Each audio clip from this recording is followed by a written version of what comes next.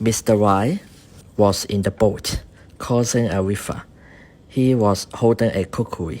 Suddenly, he dropped his kukui into the river. He was so sad. He marked a course outside the boat where he dropped the kukui. After he reached the pier, he jumped into the river, finding his kukui. Finally, he found nothing. He was so sad. Dear friends, when the boat was sailing to the pier, the kukui could not move and follow the boat. That is why finally he could not find the kukui.